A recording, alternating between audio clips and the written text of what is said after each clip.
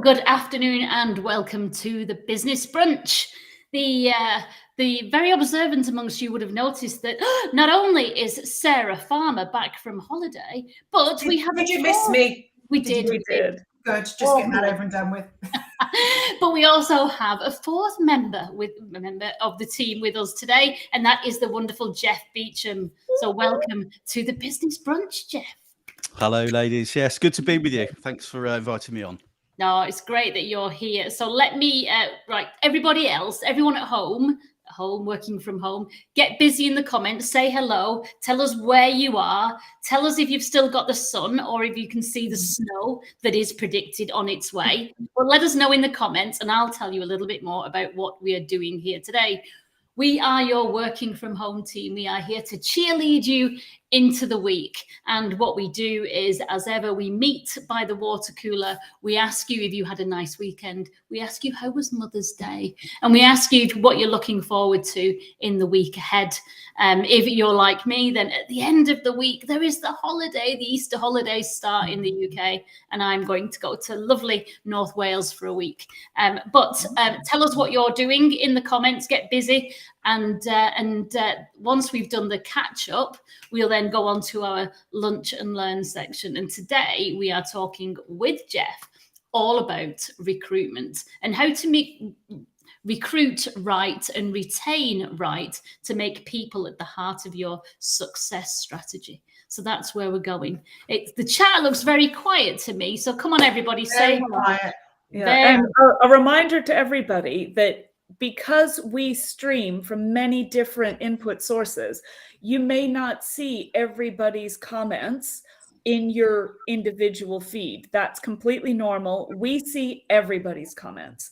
Don't be shy. Also, if there's anybody that you think would be a great addition to the audience, feel free to ping them in and just share the link that you happen to be on with anybody else in your network and encourage them to come in.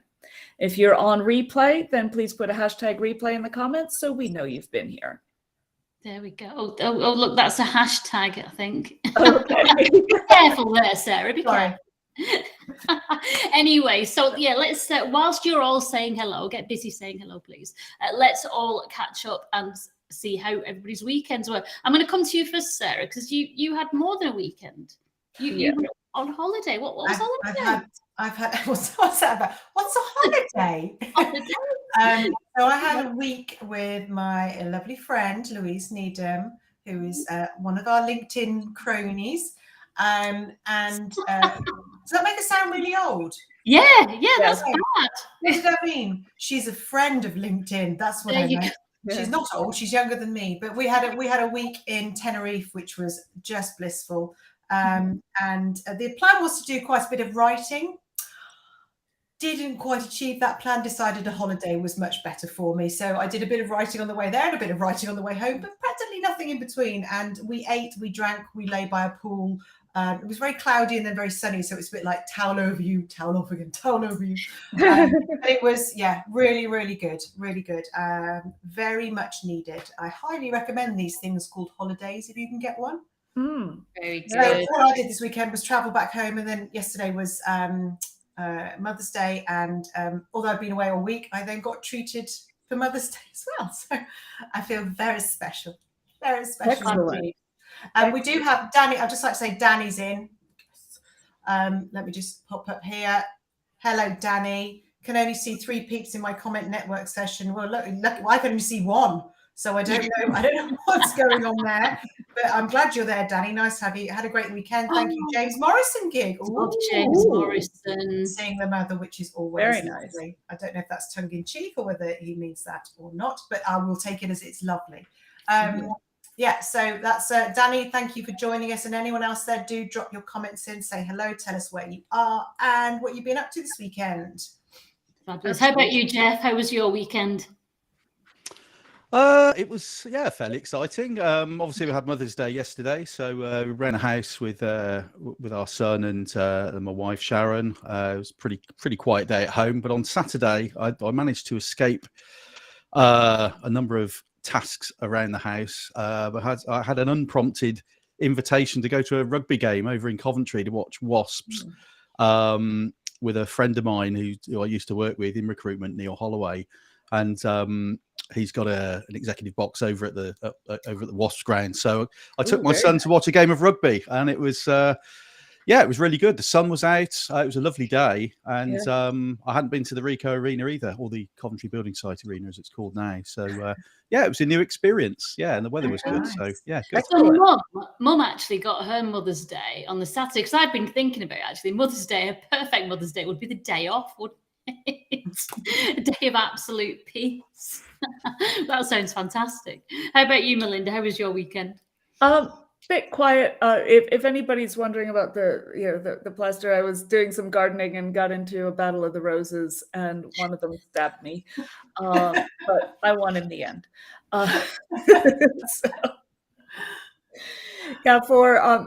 For me, and perhaps for some others listening, Mother's Day is a little bit bittersweet because my mom's no longer with us, so that's something where I tend to try to distract myself during the weekend. But she always loves gardening, so and had a ridiculously green thumb.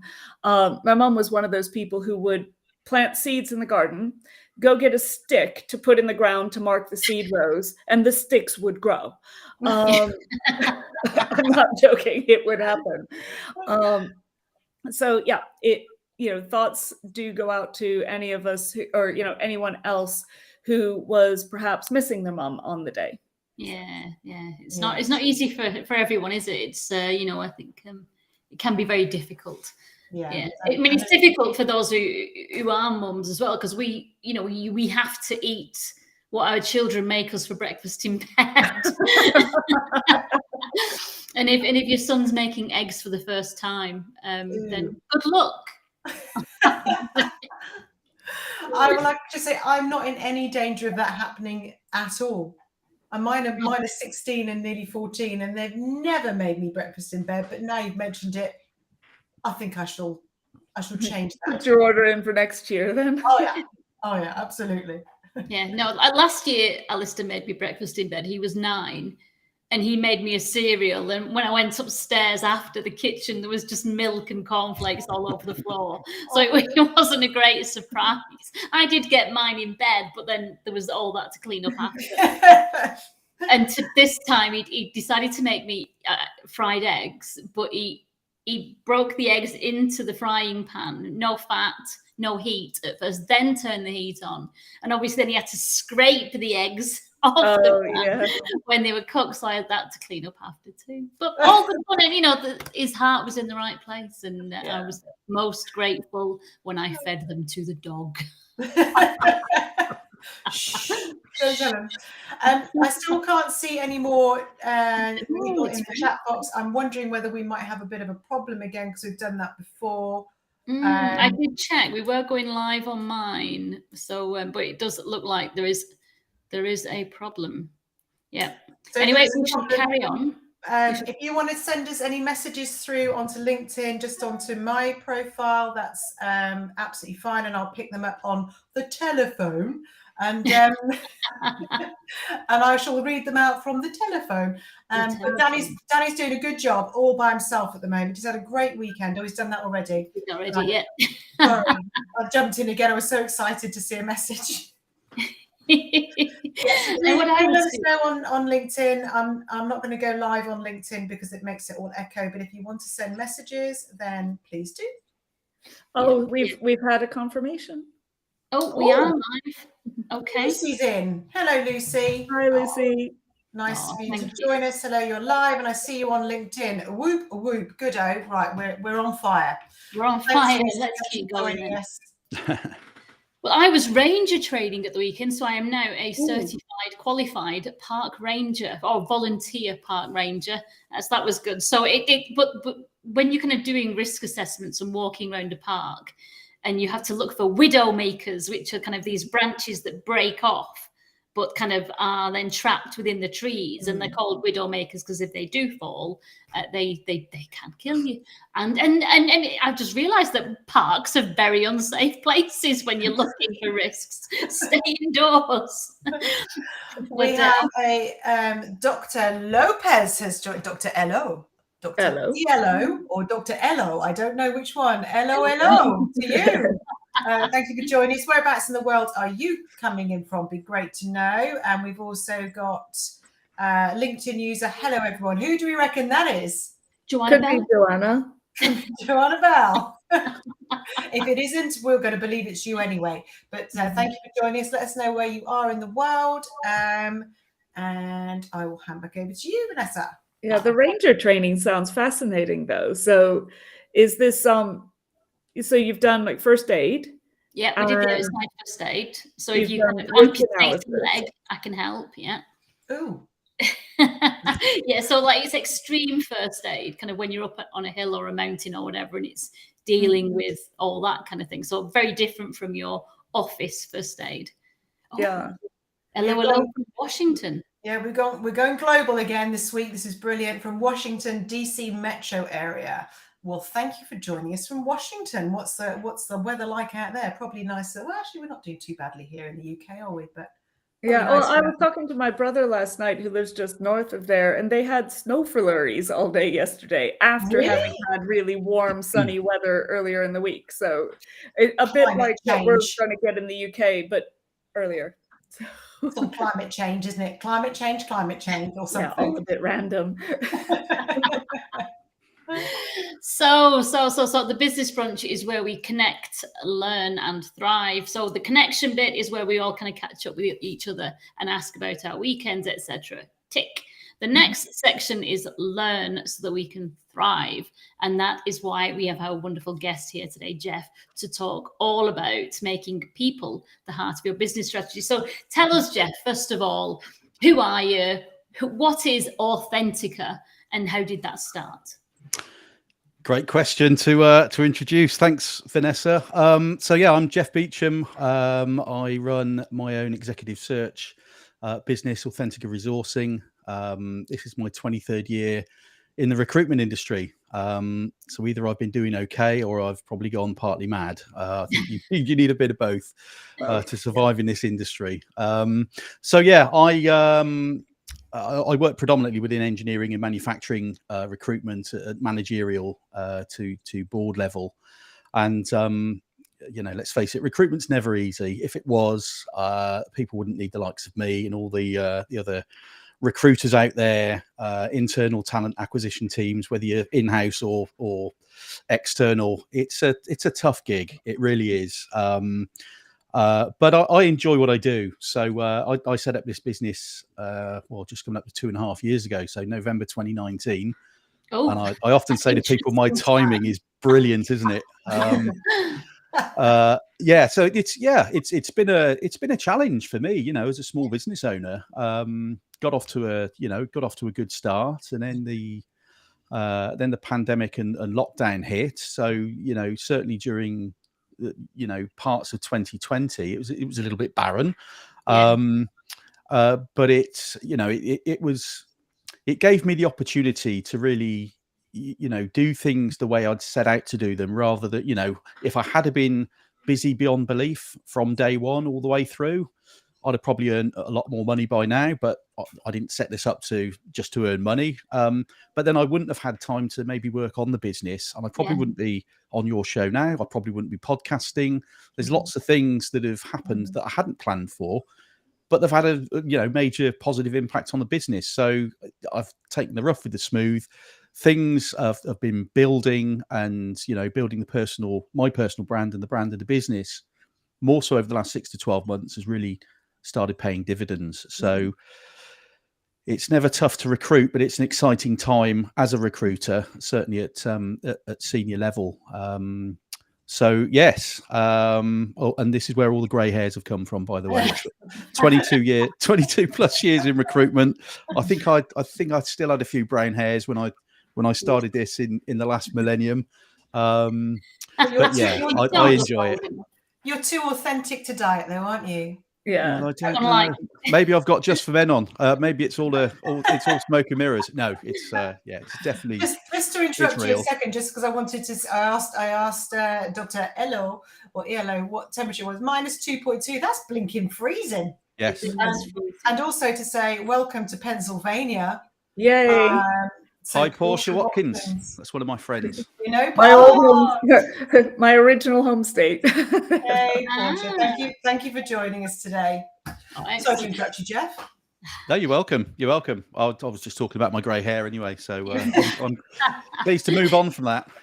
Okay, so I hadn't realised that you'd started Authentica in 2019, and as you said, that was a tough time to start, but I'm really glad that it gave you time to kind of work on the business and develop, I guess, the company that you wanted it to be, rather than, as you say, start rushing, chasing work that probably wasn't as authentic to what you wanted to do. So then obviously we had the barren times of 2020, and now in 2022 it seems to be completely on its head, but you'll have to tell us what your view is. But we hear about the Great Resignation. We hear that it's a candidates market. From being a candidate 2 years ago when there were no jobs, and it was very barren, to now, what's your view from kind of inside the industry? What do you see? Yeah, well, I suppose it does depend a little bit on which end of the market we're talking about. You know, certainly at the sort of factory floor end, you know,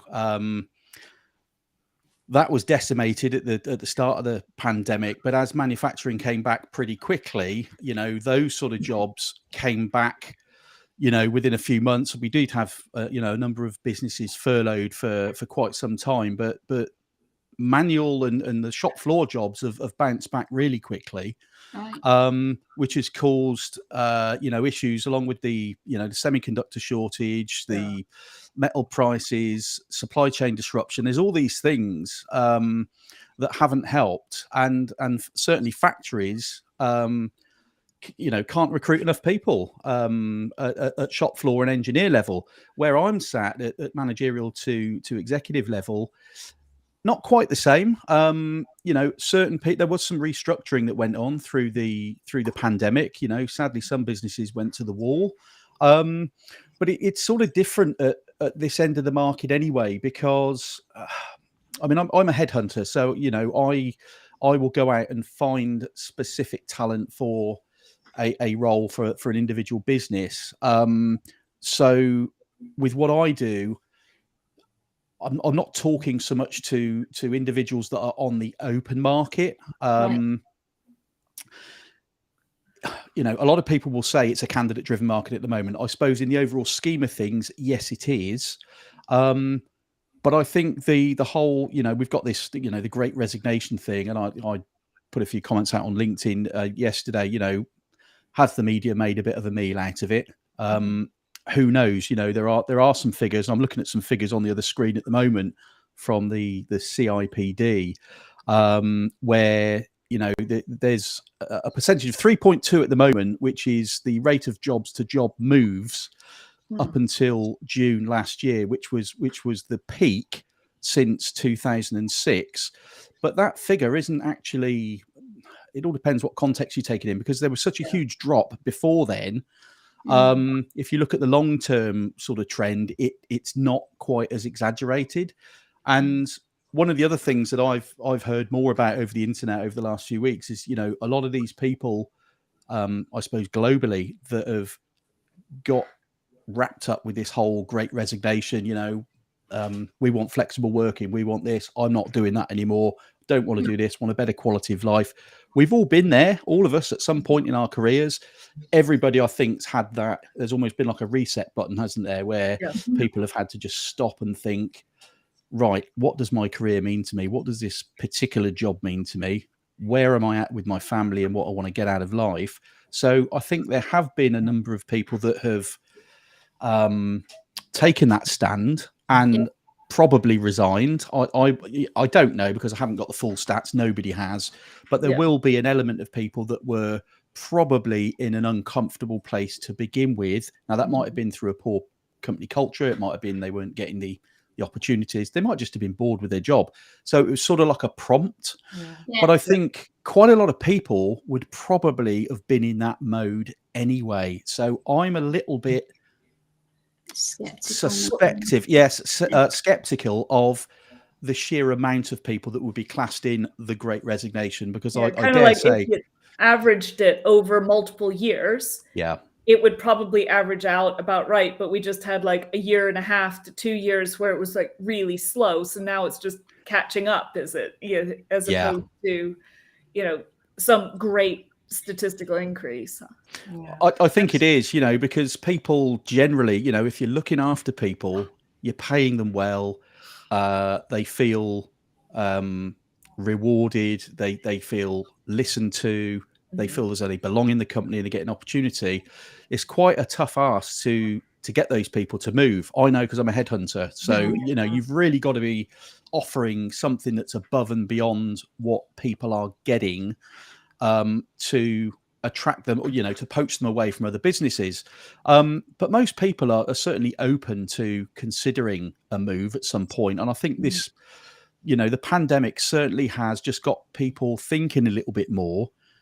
But actually, I think that's a good thing, because how many people do you know, and you may well have done it yourself, you get into a job or a stage in your career, you might be doing all right, you might be doing okay, you might be absolutely smashing it, and then you've looked around and thought, well, that's all I've done. I could have done this, could have done that. And, I think it's just given people and businesses a bit of time and a bit of space. And I know it's been a painful 2 years, but I think on both sides of that coin, employers and employees, it's given everybody time to evaluate exactly where they are and what does the future need to look like, and that's really important for individuals. Yeah, let's come back to that. Sorry, I was going to say, can we come back to that? But let's go to the comments. Yeah, there's a few comments coming through. Jeff is right, and Johnny's very much in the sphere as well. He helps people get seen and get hired.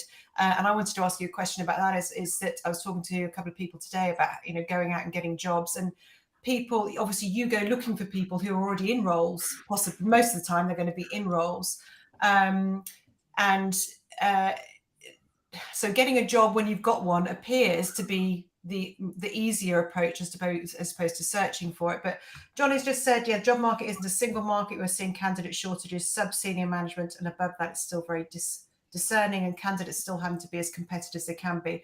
So and I'd absolutely agree with this. You still, although we're starting to hear from the media that it's a candidates market, it just isn't true. You've still got to be the best of the best to get the job, because there's a lot of people out there that will move or are looking.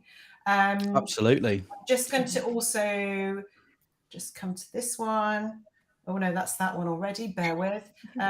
I just had to check this before I put it up here, because I didn't know what Corey Crispert's shooting was last night, Danny. So I thought I'd better just check it wasn't something. But he's a basketball player, so it's fine. It wasn't a real shooting.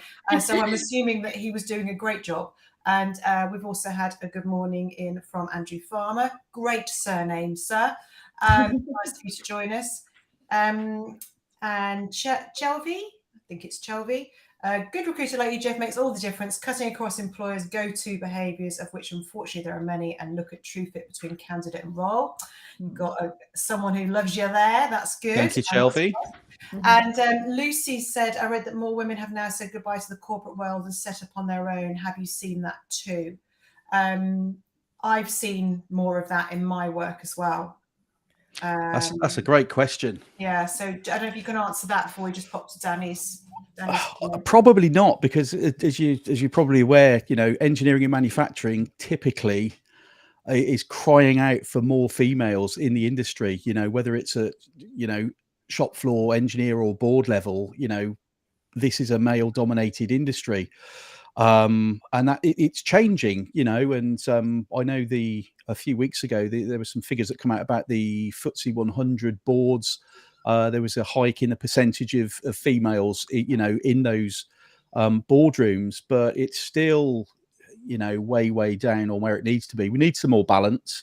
And I'm not just banging a diversity drum just for the sake of it. I don't believe in box ticking, but we do need more diversity of thought. We do need more women in these roles throughout organizations. So if they are, fair play to them if they're going off and setting up their own businesses. And I know a lot of people have exited corporate and set up as their own consultant, for example, in whatever discipline they do.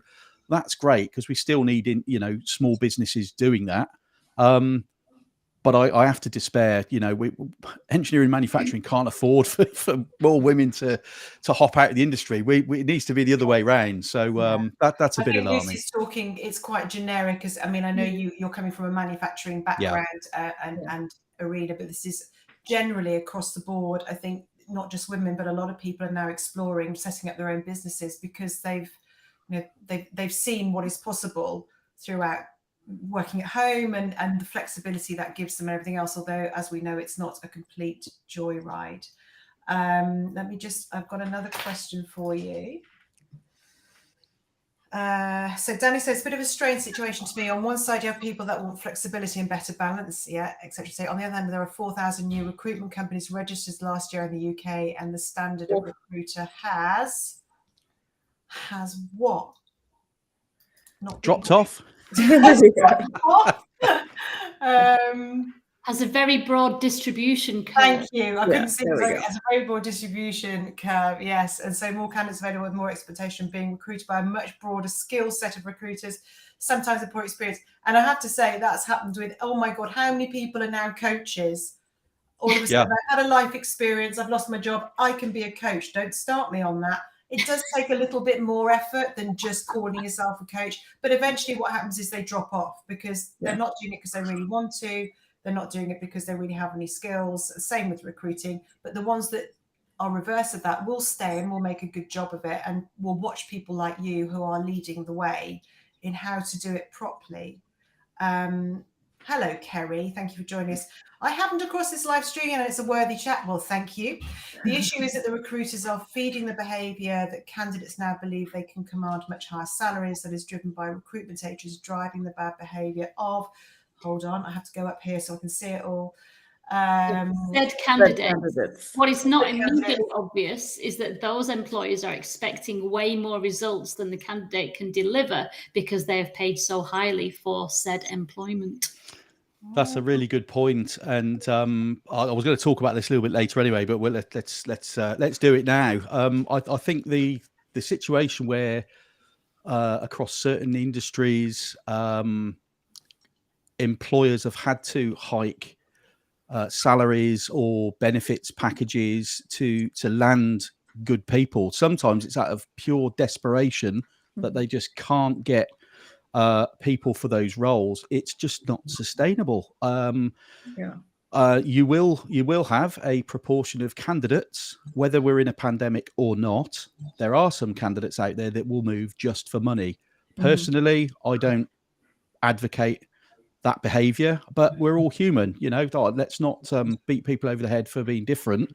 But this is bad for businesses, because and the other thing you'll find is that the candidates that have sort of forced the arm of a business to pay them well over what they're actually worth and well over the current scale for that business, and in many cases it's probably upsetting apple carts already. What will happen is when all this settles down, these people that have commanded these ridiculously high salaries and packages, I'm not saying they're going to get found out, but if they're worth it, that's fine. But as things settle down, the businesses that have paid a lot more than they needed to, for a start, when it happens, they will hate it anyway. The businesses, the executives in these businesses will absolutely begrudge having to do this. I know it's supply and demand. I don't like that. I don't believe in it myself, but we're in this situation. Those businesses are going to want, and they're going to want a pound of flesh anyway out of people. That's just life, right? Particularly if you're in a more senior role. If you're getting paid well over what the market rate typically is, that's not sustainable. It will pop, and these people will either get put under immense pressure to do more for their money, or they will find themselves in a restructure, I think, because businesses just can't. It's a little bit like the Premier League footballers. Now I'm going to get loads of football fans wanting to bash my door down, but a lot of these footballers are just driving up their salaries to ridiculous levels. How is that sustainable? And it just can't carry on. So I think there will be a tail off. I'm always skeptical of businesses paying are, well over and above. Yes, you've got to pay a bit more sometimes to get a top candidate, and I think you should, but within reason. There's got to be value, hasn't there? If you Yeah. get value, it's very different to be asking for an overinflated salary. Just like to say hi to Chris Berryman, who's saying, good morning, everyone. How's everyone doing on today's marvellous Monday? We're very well. Thank you, Chris, for joining us. We've had a message in from Johnny answering Lucy's question. I think women next in corporate world. Yes, plenty of that happening, from consulting to side hustle to full-blown self-employed businesses. We do. This is in response to what you were saying, Jeff, about needing more women in tech. Thanks, Jess. I have to jump off in a minute, so we'll watch the rest later. Thank you for joining us, Lucy. Thanks, Lucy. Chris has said, just meet people where they are and take them as they are. Help them build their field of dreams, and they will help build yours. Oh, I love that. Chap after my own heart. I love that. Not sure if another question came through. I flipped from my what do you look for on LinkedIn when headhunting?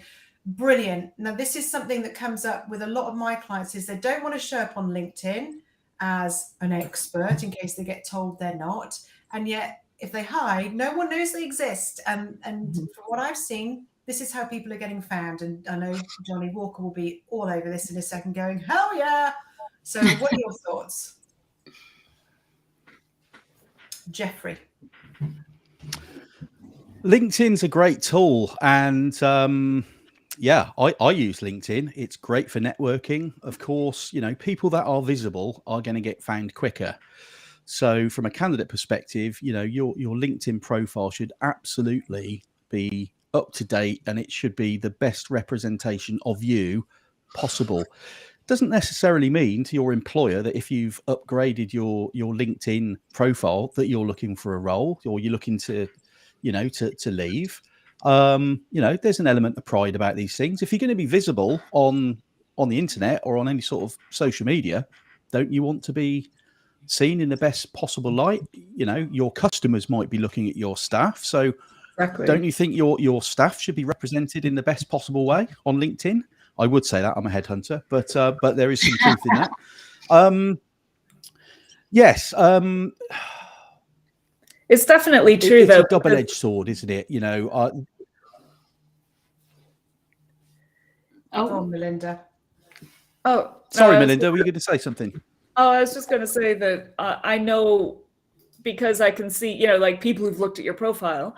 When I've been going to clients, when I was working for software companies, the clients would often go check my LinkedIn profile before I showed up. And it was a way of building credibility and a way of building authenticity and a knowledge base. And so therefore they could be, if I have a good profile, that means they can be more confident when I walk through their door that I am capable of solving their problems. So companies should really not look at people being active on LinkedIn as a threat. They should encourage their people to go on LinkedIn and to build good profiles that represent their skills and their company well. That's not to say, obviously, if you have the green open to work banner on your profile picture, that's a bit of a clue. So you might want to avoid that. Yeah. But general posting in your area of expertise is not a negative, and companies should not view it as a negative. Absolutely. Sorry, I was going to say there's lots of comments, but I want to go to kind of what we were, because I realised that time is running away with us. You talked about people.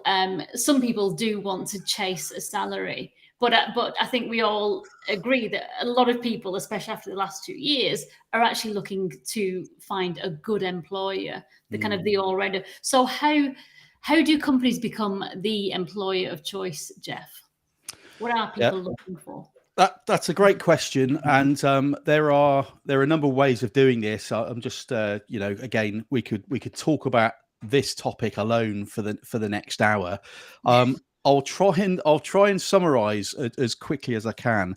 So I think with businesses, there's a lot of companies out there that are doing this well, but then there are others that are totally at the other end of that scale and probably don't care either. And then you've got usually the smaller companies, your SMEs, regardless of sector. SMEs probably haven't got the time, the resources, and sometimes the knowledge of how to get to that place. You can still be an employer of choice in your local area if you're an SME. You don't have to be the biggest brands to be an employer of choice. So this is how I would let's set the scene. Okay, so from a business point of view, you typically have a number of things that businesses look for in their staff. So you've got things like excellence, efficiency, innovation, creativity, trust, teamwork. They want commitment, loyalty, entrepreneurship, self-discipline. That's a list of values that businesses would look for when they're hiring. On the other side, you've got the candidates.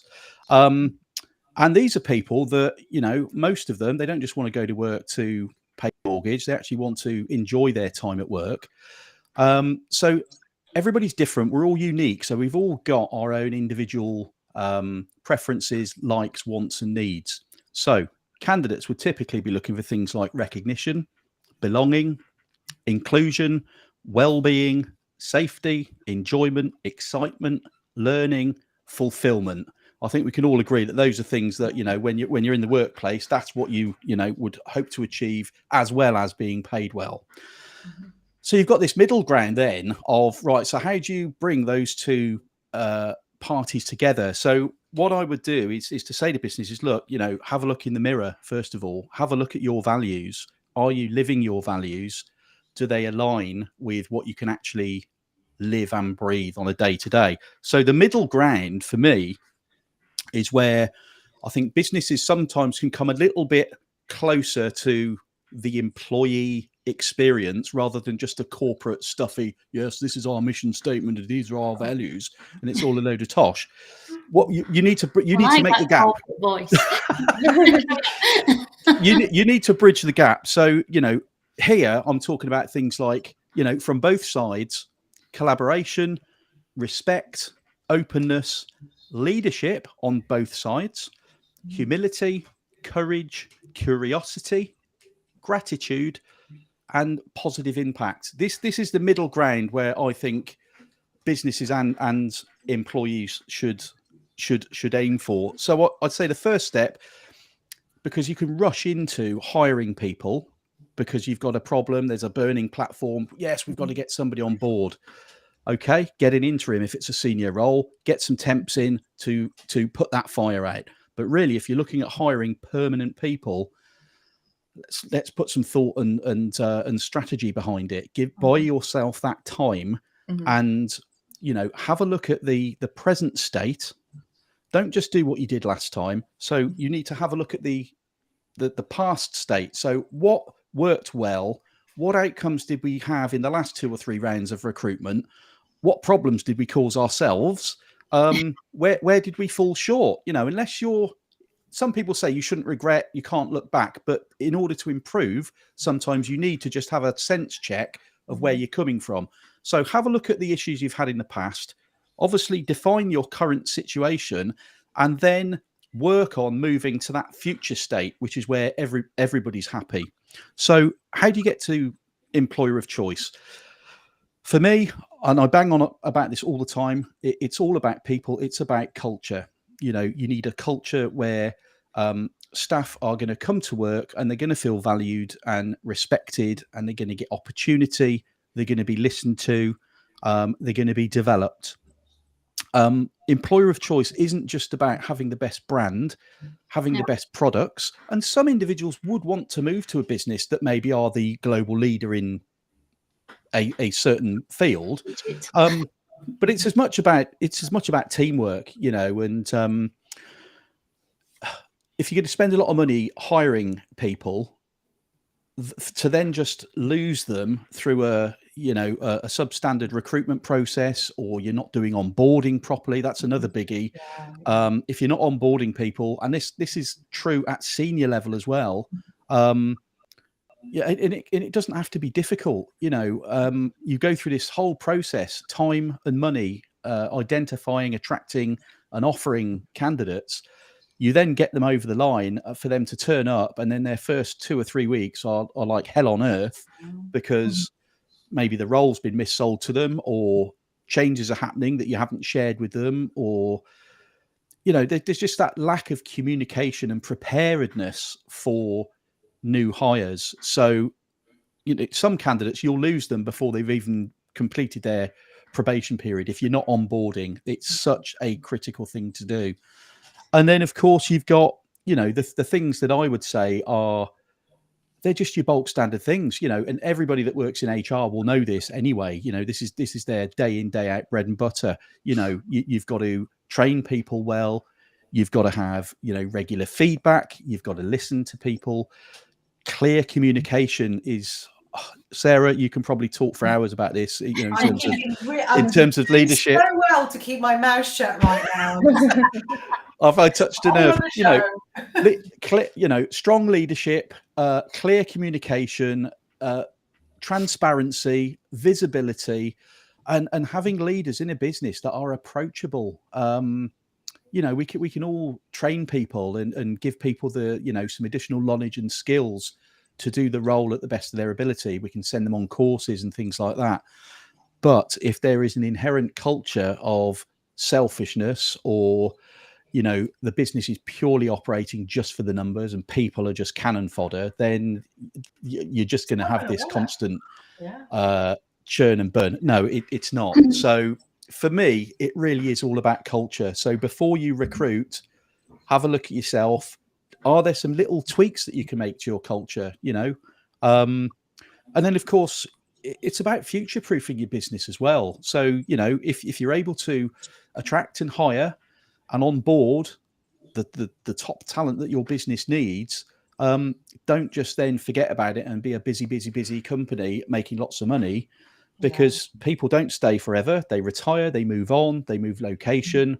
Your business, as it is now, might be a totally different business in 5 years' time. Certainly with the way technology is moving, there are a lot of jobs that we will need people to do in 10 years that the processes haven't even been invented yet. So there needs to be this constant upskilling, talent pooling for people. If I had £100 for the amount of businesses I've heard of and spoke to over the years that will come to you and they've said, well, so-and-so's handed the notice in. I need a business development director. Well, I want one now because, this was unexpected. This does happen. We can't always foresee these things, but why aren't more businesses succession planning? For crying out loud, it doesn't have to be externally all the time. If you're motivating your staff, you're looking after them, you're developing them, there should be more of a natural succession for certain roles throughout the business. But if you're not, and I have to, I sort of sympathise and empathise with SMEs more so because they haven't got this hierarchy and large structure to be spending a portion of time on succession planning. But they should. They need to try and make time to do it, or get some external help. It should be part of their job. I was talking to people this morning about their own career succession planning. If we're not constantly planning, we're going to meet a brick wall sooner or later, and businesses just don't seem to have cottoned on to this.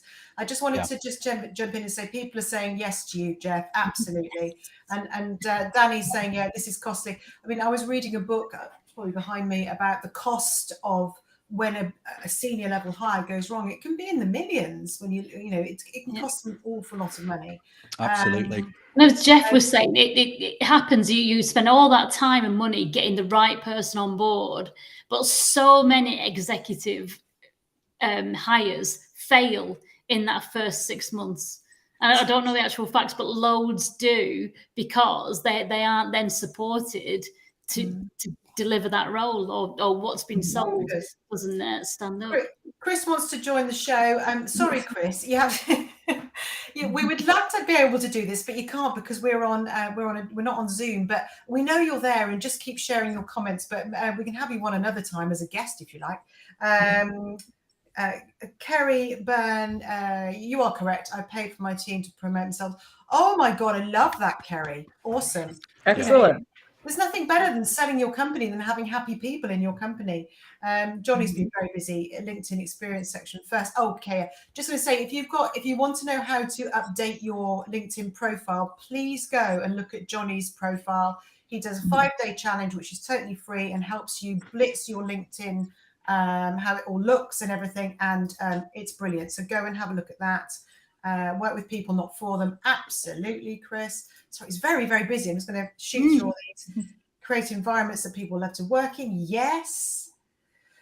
Good This is afternoon. obviously a really hot topic. We're going to have to do this again and again, aren't we? 'Cause Yes. we are running Yeah. out. I haven't got time to go through them all, but it's basically saying you're ace. Yeah, absolutely. What we will do, all of us, and Jeff, if you would as well, if we can go through the comments after and anything that we've missed, let's kind of answer or discuss in the comments, and we'll carry on this, because obviously there's a lot more to talk about. Danny's suggesting, could you hire a culture expert? Well, of course you could. And when you've got a good culture and you've got good behaviours driving the right culture, then you have an amazing business that people want to work for. And now, Fabulous. Well, we are at the end. We're out of time. Yeah. We're out of time. We're going to have to go. Jeff, thank you so much for coming. You're very welcome. Thank you, Jeff. You've obviously kind of hit a nerve here, because the comments are still coming in. After a really slow start, it just went crazy.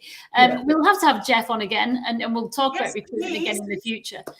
Next week, just in time for the Easter Chalk Fest, Kerry Alexander and her husband, they're kind of lifestyle, diet, nutrition, fitness experts. So they're going to help, because they don't do diets. They're not saying you have to cut things out. So they're going to help us get through Easter without piling on the pounds. So join us for that. They help professionals get lean and make the best of their lives. They'll be with us next Monday.